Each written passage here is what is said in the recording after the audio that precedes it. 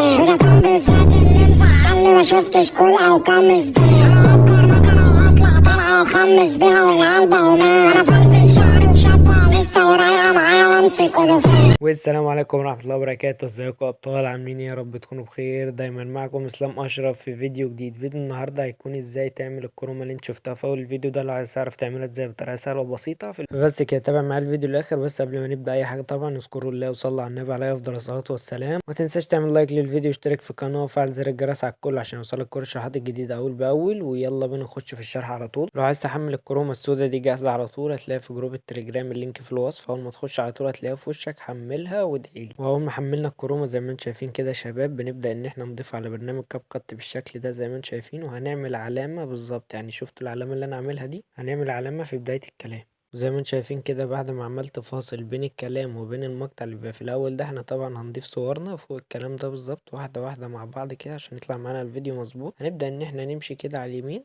وهندوس على اوفرلي. بعد ما نزلنا المقطع اللي عليه الكلام اللي احنا حددناه التاني ده تحت بالظبط، هندوس على علامة الزائد ونضيف لينا 7 صور بالظبط. بعد ما ضفنا ال7 صور بالظبط زي ما انتم شايفين كده يا ابطال، بنلاقي طبعا ايه ان الكلام اللي احنا عاملينه في الاول خالص خاف الصور بتاعتنا. فهندوس على الكلام بالشكل ده وندوس على سبليس وبعدين نختار فلتر. هتلاقي طبعا ايه ان الكلام بقى شفاف، شيلنا طبعا ايه الكرومة السوداء. هنبدأ ان احنا نخفي السواد اللي بيبقى في الصورة من فوق ومن تحت. فهندوس على كل صورة ونعمل زوم بالشكل ده لغاية ما نخفي السواد اللي بيبقى فوق زي ما انتم شايفين كده وتحت. فهنعمل زوم في كل الصور كلها وارجع لكم تاني على طول.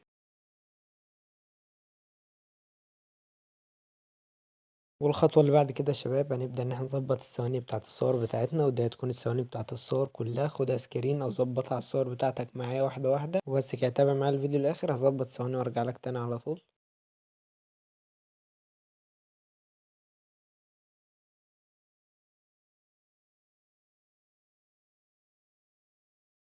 وبعد ما خلصنا الثواني بتاعت ال7 صور هندوس على فاصل بين كل صورة وصورة بالشكل ده. يظهر معانا طبعا ايه الافكتات دي كلها. نختار افكت اسمه بلاك فيد ونحدد الصور كلها وندوس على علامة الصح. بعد ما حطينا الفلاش اللي بيبقى بين كل صورة وصورة هندوس على افكت بعدين فيديو افكت. ولسه طبعا انها تحمل معانا بالشكل ده. اول ما تحمل معانا هنخش على بيزك ونختار منها شيك اللي هي تاني واحدة جنب البلور وندوس عليها تاني زي ما انتم شايفين كده. ونخلي السبيد بتاعها مثلا على كام، خلي السبيد على 18 واللي تحتها بالظبط على 22 وندوس على علامة الصح ونستنى برضه تحمل معانا كده طبعا. وبعد كده نحددها في الصور بتاعتنا كلها، يعني مثلا ايه نشوف الصور بتاعتنا ونحددها فيها بالشكل ده.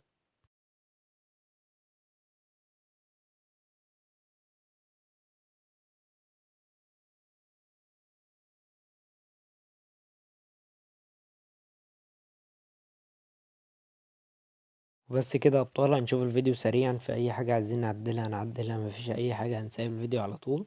وبس كده نشوف الفيديو مع بعض سريعا كده. بس كده يا ابطال الفيديو على الظبط وظبطيته. لو وصلت لحد هنا تبقى انت صديقي الصدوق وهنسيب الفيديو على طول. واول ما الفيديو يحمل هتلاقيه نزل عندك على طول في المعرض. وبس كده لو وصلت لحد هنا ما تنساش تدعمني بلايك او اشتراك في القناه وفعل زر الجرس على الكل عشان يوصلك كل الشروحات الجديده اول باول. ولو عايز اي شرح من ده تاني اكتب لي تحت في الكومنتات انزله لك في الفيديوهات اللي جايه. والكرومه السوداء دي هتلاقيها جاهزه على طول، تقدر ان انت تركب على الصور بتاعتك على طول. هتلاقيها في جروب التليجرام، اللينك في الوصف. بس كده يا ابطال ما تنساش تكتب لي كومنت تحت تشجعني نعمل فيديوهات تانية اكتر واكتر. وبس كده دي تكون نتيجه شرح فيديو النهارده، واشوفكم في فيديو جديد. سلام.